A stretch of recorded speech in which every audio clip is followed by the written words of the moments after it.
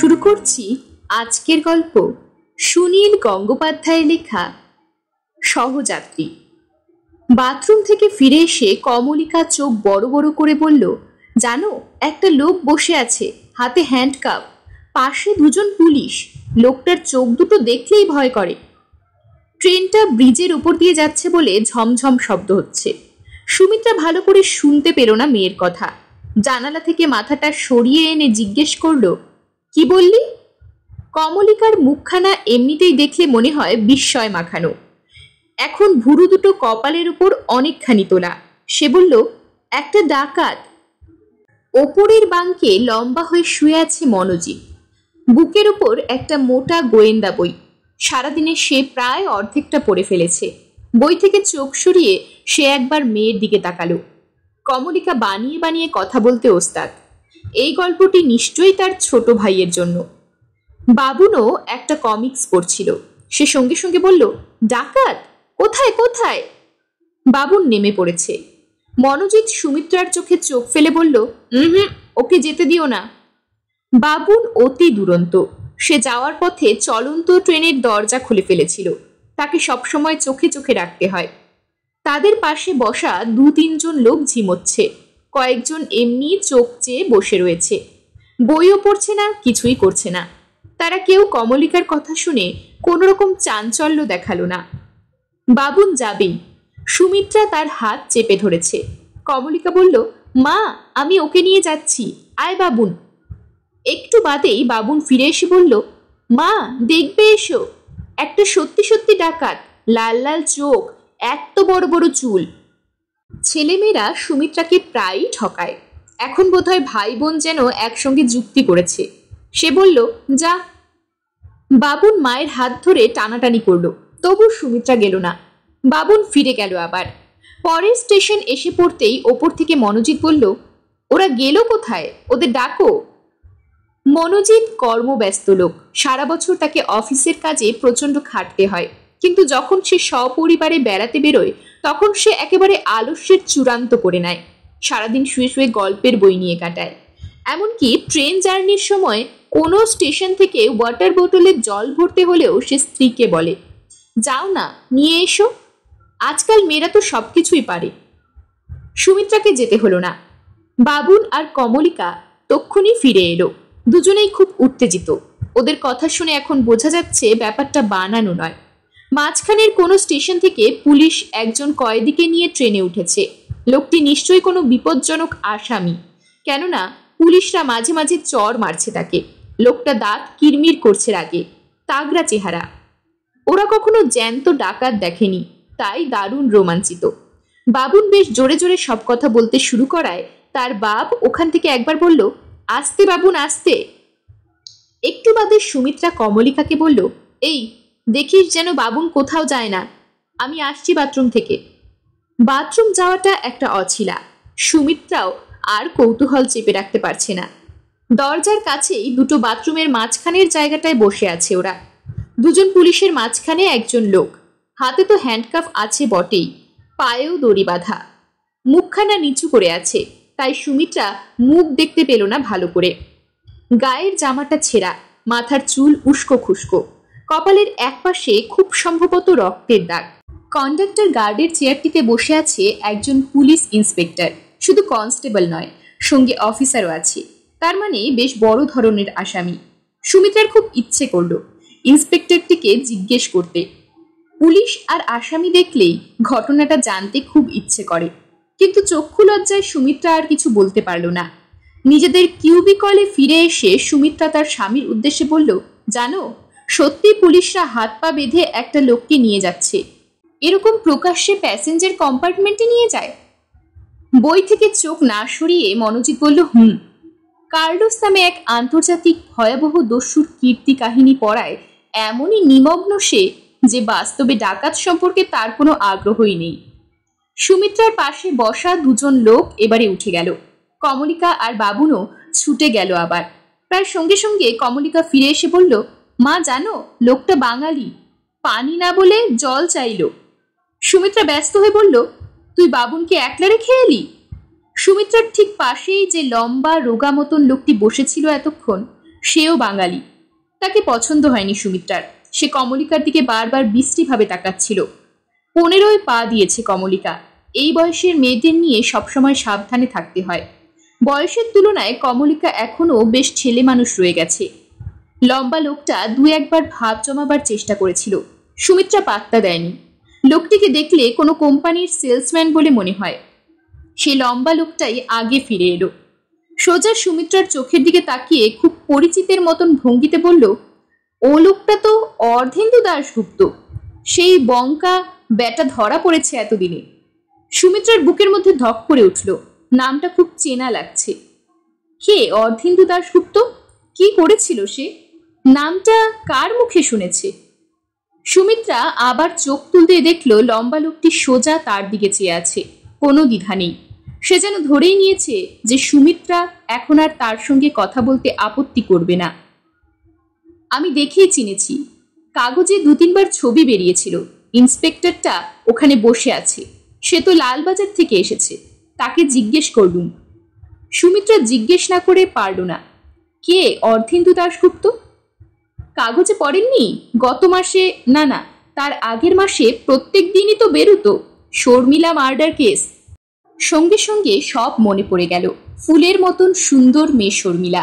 লেখাপড়াতেও খুব ভালো। মাধ্যমিকের রেজাল্ট আনতে গিয়েছিল স্কুলে। তারপর আর ফেরেনি। তার এক সহপাঠিনী জানিয়েছিল যে শর্মিলার দাদার বন্ধুর পরিচয় দিয়ে একজন যুবক শর্মিলাকে একটুখানি দূরে ডেকে নিয়ে যায়। তারপর একটা ট্যাক্সি হঠাৎ ওদের কাছে এসে থামে।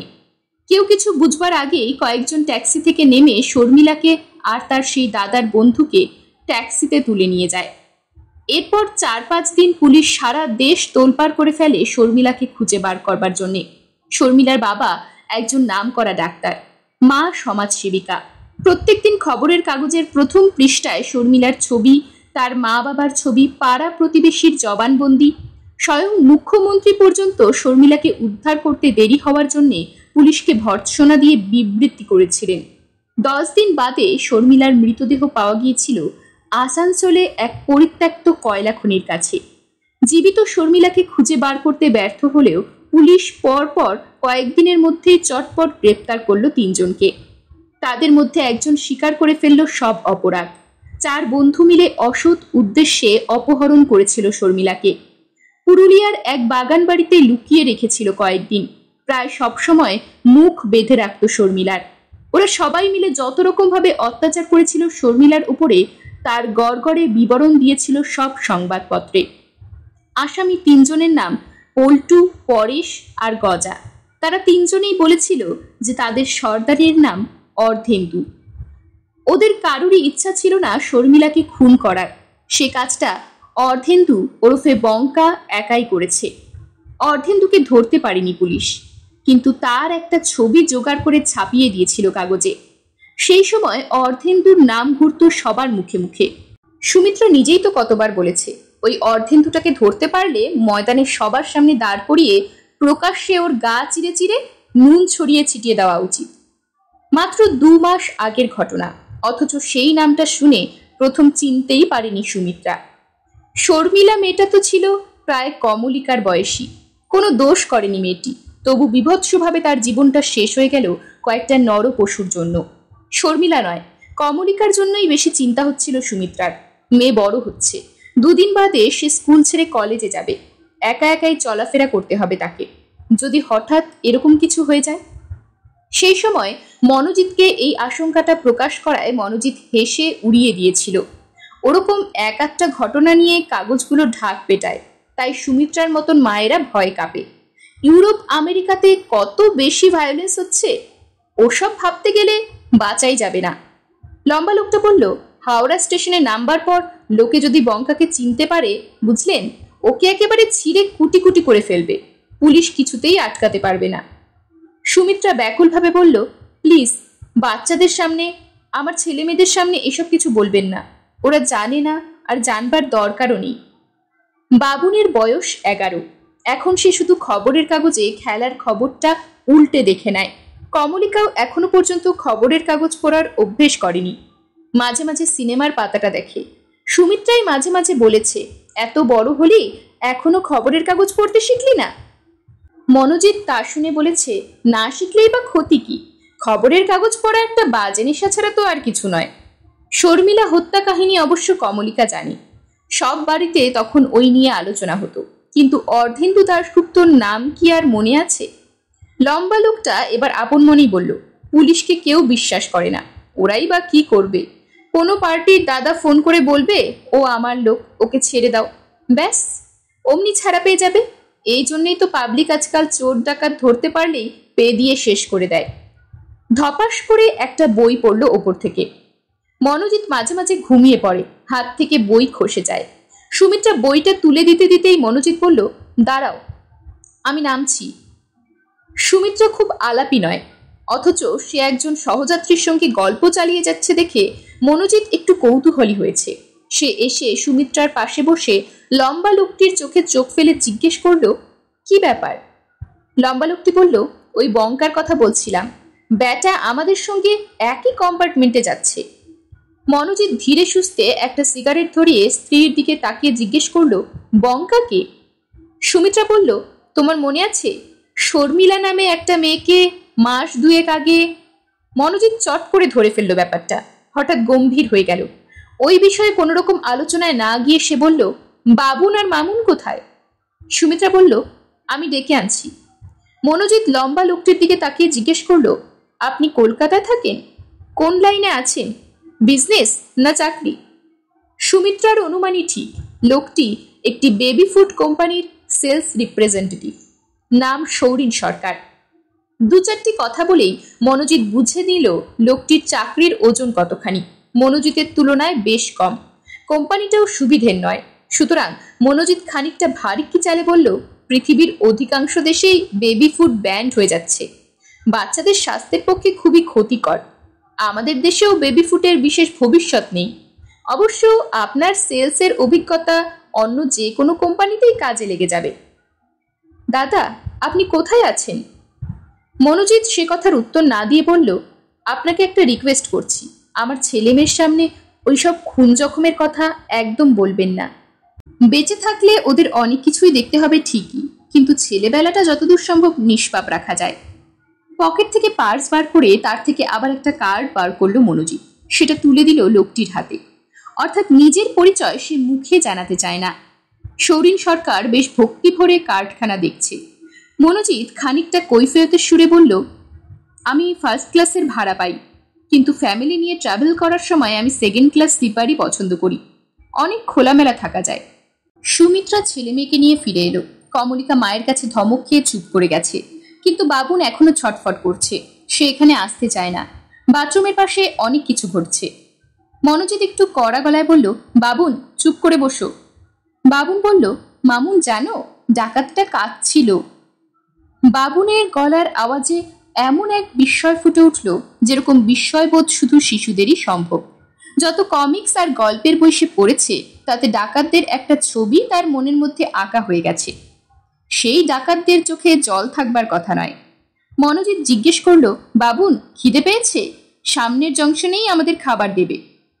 বাবুন তবু জিজ্ঞেস করল, ডাকাতটা কাঁদছে কেন বাবা? মনোজিৎ আর এড়িয়ে যেতে পারল না।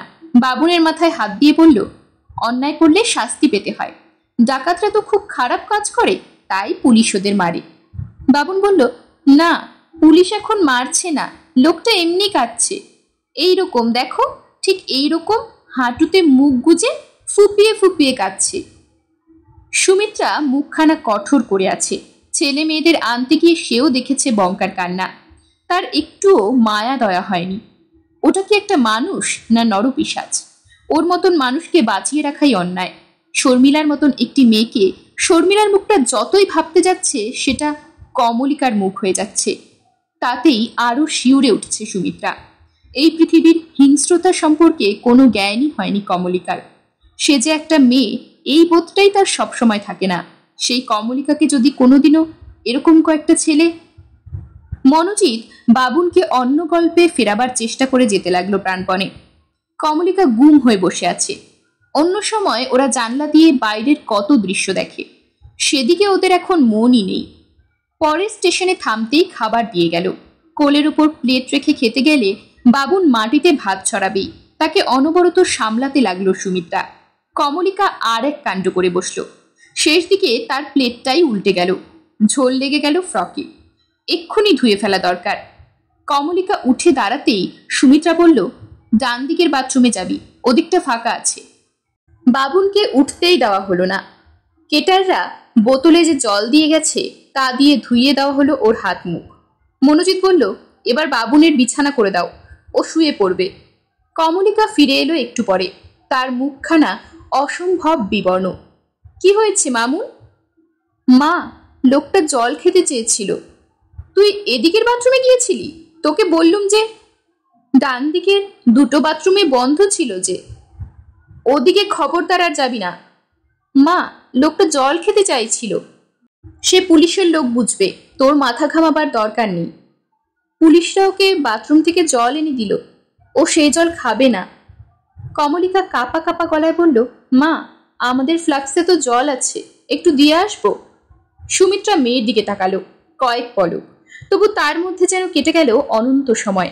কমলিকা কি জানে ওই লোকটা সত্যিকারের কে? শর্মিলার ঘটনা ওর মনে আছে? কমলিকা কি ভাবছে? একজন মানুষ জল খেতে চেয়েছে, তাকেও জল দিতে চায়। কমলিকা এখনোই পৃথিবীর মানুষদের চেনে না। সুমিত্রা স্বামীর দিকে তাকালো। নিঃশব্দে একটু ঘাড় নাড়ল মনোজিৎ। একটা দীর্ঘশ্বাস ফেলে সুমিত্রা বলল, যা দিয়ে আয়। এরকমই আরো সব গল্প পেতে চ্যানেলটিকে সাবস্ক্রাইব করে দেবেন। আর গল্পটি যদি ভালো লেগে থাকে তাহলে লাইক, শেয়ার আর কমেন্ট করে দেবেন।